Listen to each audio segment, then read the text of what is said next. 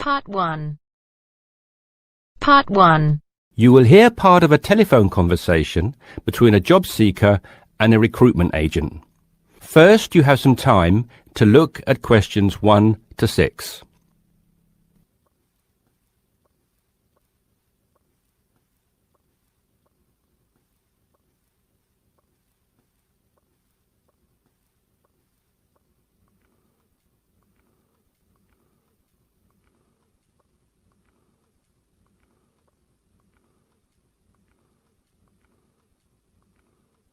You should answer the questions as you listen because you will not hear the recording a second time. Listen carefully and answer questions 1 to 6. Yes, so that's Janet Thompson. Would you like me to spell it? If you wouldn't mind, thank you. Just the surname, please. No problem. It's Thompson. Great. Now, Janet, before we go through the openings I have here in front of me, might I just take a few more details to complete your profile on my system? Of course. What would you like to know? Well, let's start with your email address, please. OK, janthompson@hort.net. I see. Is that Jan as in Jan? No, that wasn't available. I had to make do with Jann. Here, let me spell it for you again, just to be sure. JANNTHOMPSON@hort.net. Much obliged. And could I ask, do you have your referee details to hand? Yes, what do you need? I need one work reference and one character reference from a friend or colleague. OK, for a work reference, there's Jane Foote. She's my former boss at Bermuda Girls' School, head of English. OK. My personal referee is Monica Carbody. Mon and I have been best friends since we met in Bermuda in 1991, when she was deputy head of English under Mrs. Foote. Perfect. And you mentioned, of course, that you're an English teacher, but are there any additional subjects you're qualified to teach? Yes, I have a diploma in special needs, and I can also do history to GCSE level. Very good. Before listening to the rest of the conversation, you have some time to look at questions 7 to 10.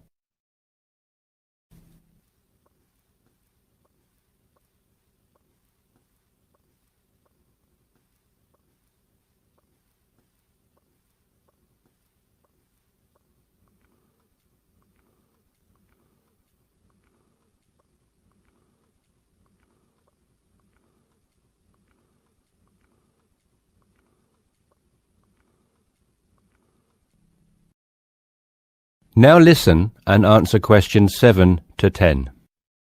Do you think I stand a good chance of finding something? Oh, better than good. In fact, we have some positions we can offer you today. You see, it's not so difficult to find a temporary role. Tell you the truth, there are plenty of them around, but getting a permanent position will prove a little more trying, though. Would you be prepared to take up a position short-term? Of course, anything that pays. Excellent. Well, there are 3 positions that I can offer you right now. The first is a teacher of English in LaSalle School. I'm sure you know it, right in the city centre.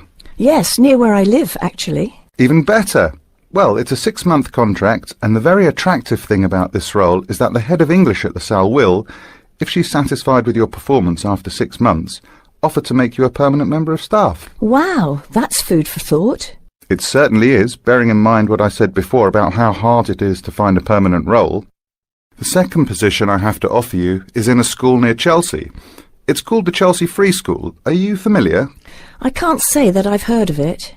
Well, this contract is for 1 year, which is a lot better, looking at it from a short-term job security perspective, than the first role I mentioned. But you also have to realise that you are a temporary replacement for a female teacher who has taken maternity leave. There is no prospect of the position being made permanent. I see. I have one other vacancy at the minute, though I doubt you'll find it quite so appealing. It's situated in rural Cambridgeshire. I'll spell that just in case you want to take it down. CAMBRIDGESHIRE. And the school simply goes by the name Cambridge, though it's not in any way related to the other more well-known establishment of the same name. I was just going to ask that. What a lovely location, though, eh? Yes, but there's a catch. It's only a 6-week contract to cover for someone on extended sick leave. I see. Well, I guess that's ruled out then. What sort of salary can I... That is the end of part 1. You now have half a minute to check your answers.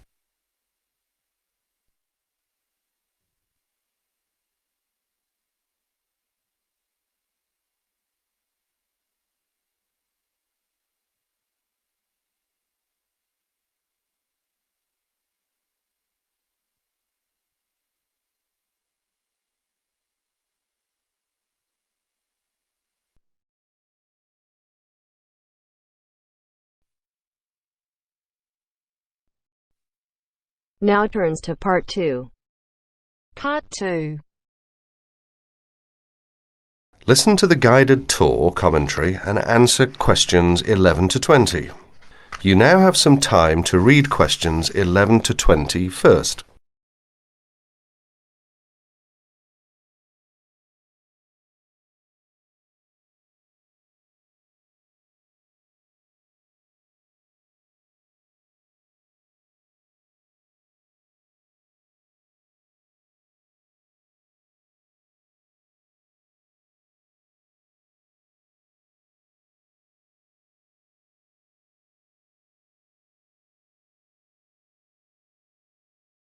Welcome to the library tour. We'll begin our tour of this level of the library here at the entrance. Then we'll go in a clockwise direction. So, first of all, over here on the left, next to the entrance, is a touchscreen information service. These computers can be used at any time to get general information about the library and how it works. In front of the touchscreen information service are the catalogues. As you can see, it's a computerized catalogue system and it's very easy to use. The catalogues are linked up to the other libraries at the university, so make sure you check which library a book is in when you are trying to locate a particular item. Next, along here on the left, we have the circulation desk for borrowing and returning books. The returns area, the place for returned books and other items, is at the end of the circulation desk, near closed reserve. Closed reserve, as most of you probably know, is a collection of books that are in high demand, so they are on restricted circulation. If a book is on closed reserve, you can only borrow it to use within the library for 3 hours at a time. Over there in the corner are the shelves for newspapers. The library has an extensive collection of local and international English language newspapers. They are kept on those shelves for 1 month and then stored elsewhere. As we continue on our tour, around to the right, this large central section is the reference section. Reference texts cannot be borrowed for use outside the library. They must be used within the library. All these shelves in the centre of this level are the reference section. Now, the stairs here on the left lead to level 2 only. On level 2 are most of the law books. To go up to the other levels of the library, you have to use a lift. Beside the stairs are the restrooms for this floor. Now, as we walk around this corner to the right, this large room on the left is the Audio-Visual Resource Centre. You can come here if you wish to listen to a tape or watch one of the library's videos. Next to the Audio-Visual Resource Centre is the photocopying room. There are 15 copiers for student use, and we've recently added a colour copier. The system for copying uses cards, not coins. You can buy a photocopy card from the technician in charge of the photocopying room or from the information desk if he isn't here at the time. On our right, these work tables are for student use, especially for small groups to work together, or you and your colleagues can use the conference room, which is that small room there next to the lockers. You can work on group projects in the conference room without disturbing anyone, and there's a conference room on each level of the library. The round desk in front of the lockers is the information desk. If you need help using the catalogues or you need to organise a loan from another library, the information desk is the place to come. And finally, here, beside the exit doors, these 2 shelves contain current magazines and journals. Like the newspapers, they are kept here for a time and then stored elsewhere. OK, that's the end of the tour of this level of the library. I'll leave you to look around yourselves now, and if you need any further help, please ask at the information desk. That is the end of part 2. You now have half a minute to check your answers.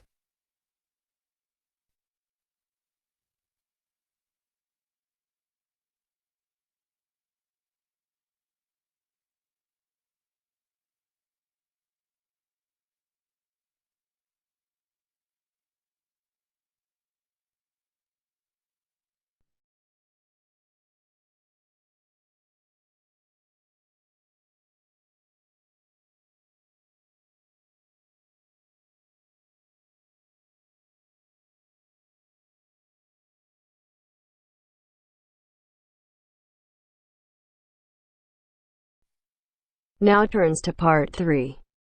Part 3.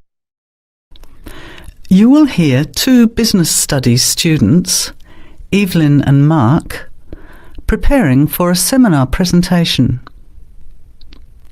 Before you hear the conversation, you have some time to look at questions 21 to 25.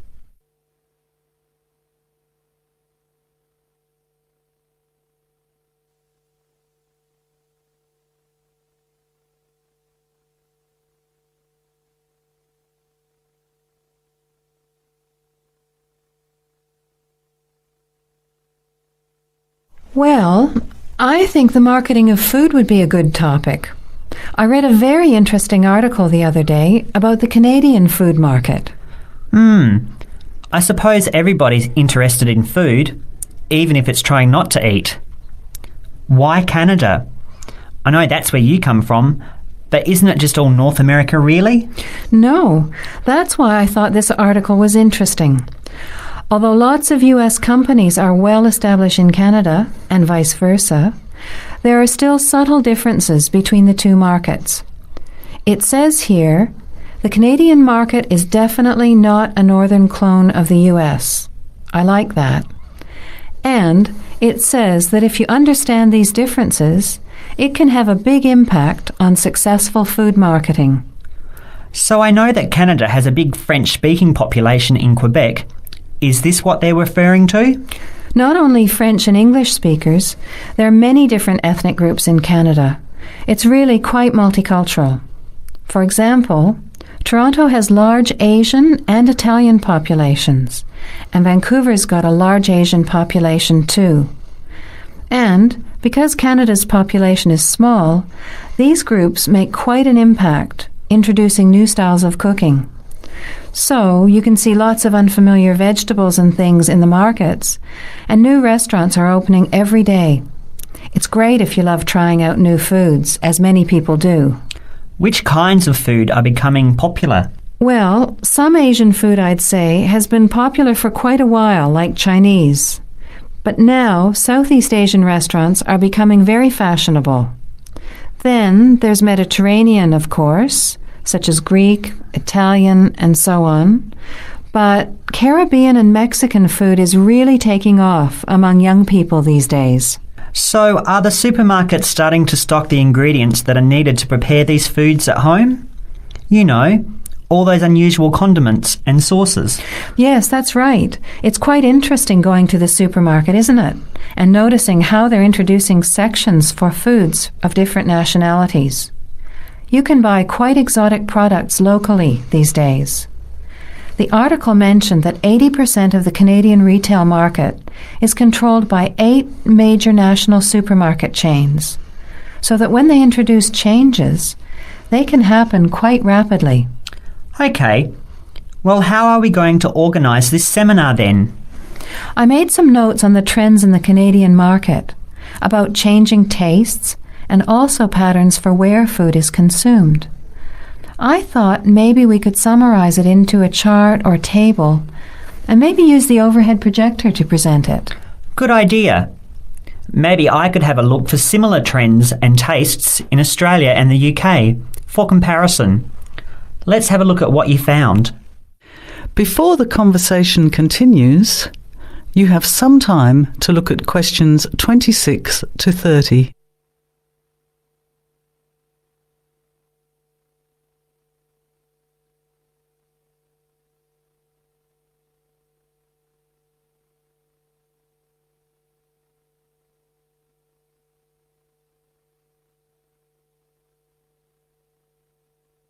Now, as the conversation continues, answer questions 26 to 30. The most significant trend, it seemed to me, was that Canadians are definitely interested in healthy food. For example, did you know that salads are the third most commonly eaten food in Canadian restaurants? Really? What about organic food then? Is that becoming more popular? Yes, it's definitely moving into the mainstream compared to a few years ago. And a recent survey showed that 4 out of 5 shoppers said that they check the fat and nutritional information on the packet when they're deciding what to buy. What other trends did you find out? There's one change I noticed straight away when I was home last year in the meat department. You know, here the meat packaging says rump steak or 4-quarter chops and so on. Well, they discovered that most consumers these days didn't know what to do with these roasts and rounds and ribs. So the government approved a new naming system for cuts of meat, which is related to the required cooking technique. What a good idea. I've never really understood the difference between sirloin, rump, round and all those names. So how many new categories are there? 8. There are 3 kinds of steak, for grilling, for marinating, and for simmering. And then there's what they call quick-serve beef, for stir-fries, I suppose. And premium oven roast, pot roast, and stewing beef. It's a great idea, isn't it? I hope it catches on here. I agree. Any other trends that you thought were significant? Well, what's really interesting is what the article called mobile meals. In other words, more and more Canadians are eating meals away from home, but not just eating more junk food. They're projecting a 40% increase in snack food sales over the next 3 years, and the growth is coming from healthy snacks.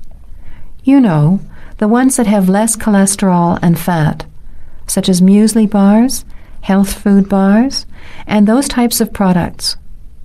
Apparently, in the food marketing jargon, they're called nutritious portable foods, which means healthy snacks. The other major trend is that young people are doing more of the food shopping these days, so marketing has to be aimed more at them, as well as more conventionally at the mother. Thanks, Evelyn. I think we'll have an interesting discussion about these trends and the comparisons with other English-speaking countries. I'll see if I can get some information about them to compare with yours, and meet you on Friday to put it together.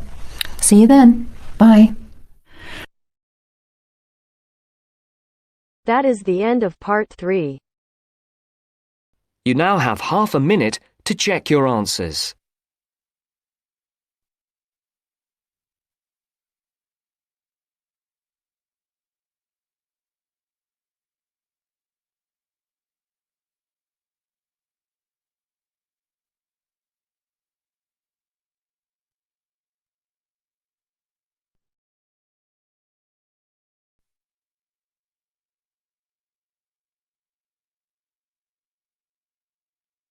Now turns to part 4. Part 4. You will hear a postgraduate psychology student talking to other students about a job satisfaction study he has investigated. Before you listen, you have some time to look at questions 31 to 40.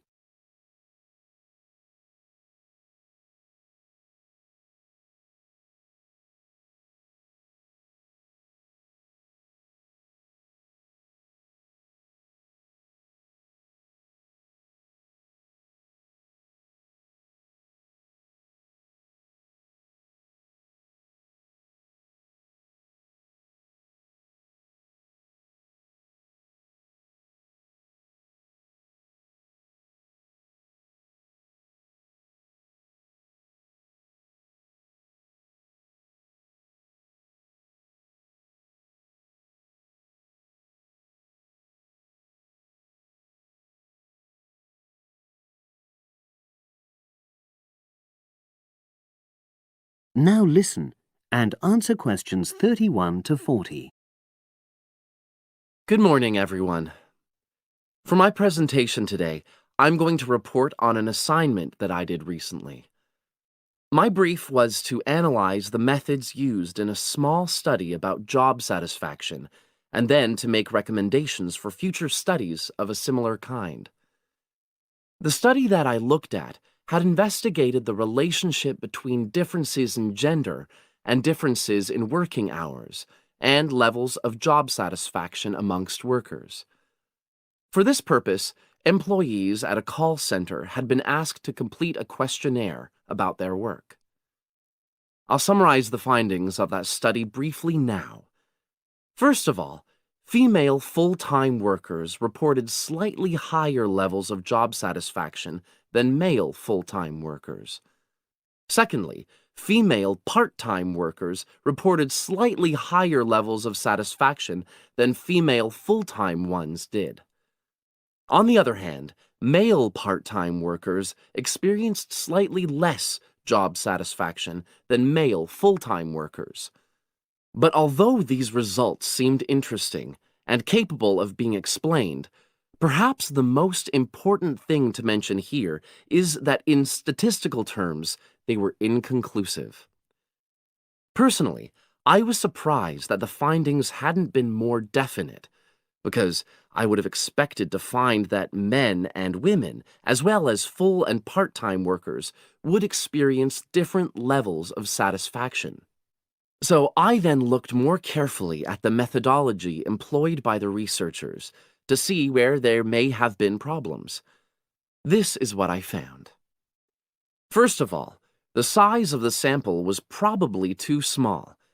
The overall total of workers who took part in the survey was 223, which sounds quite a lot, but they had to be divided up into subgroups. Also, the numbers in the different subgroups were unequal. For example, there were 154 workers in the full-time group, but only 69 in the part-time group. And amongst this part-time group, only 10 were male, compared to 59 who were female. Secondly, although quite a large number of people had been asked to take part in the survey, the response was disappointingly low. A lot of them just ignored the invitation. And workers who did respond may have differed in important respects from those who didn't. Thirdly, as the questionnaires had been posted to the call center for distribution, the researchers had had very limited control over the conditions in which participants completed them. For instance, their responses to questions may have been influenced by the views of their colleagues. All these problems may have biased the results. In the last part of my assignment, I made recommendations for a similar study, attempting to remove the problems that I've just mentioned. Firstly, a much larger sample should be targeted, and care should be taken to ensure that equal numbers of both genders and both full and part-time workers are surveyed. Secondly, the researchers should ensure that they are present to administer the questionnaires to the workers themselves. And should they require the workers to complete the questionnaire under supervised conditions so that the possibility of influence from other colleagues is eliminated. Finally, as workers may be unwilling to provide details of their job satisfaction when they are on work premises, it's important that the researchers reassure them that their responses will remain confidential, and also that they have the right to withdraw from the study at any time if they want to. By taking measures like these, the reliability of the responses to the questionnaires is likely to be increased, and any comparisons that are made are likely to be more valid. So, that was a summary of my assignment. Does anyone have any questions? That is the end of part 4. You now have half a minute to check your answers.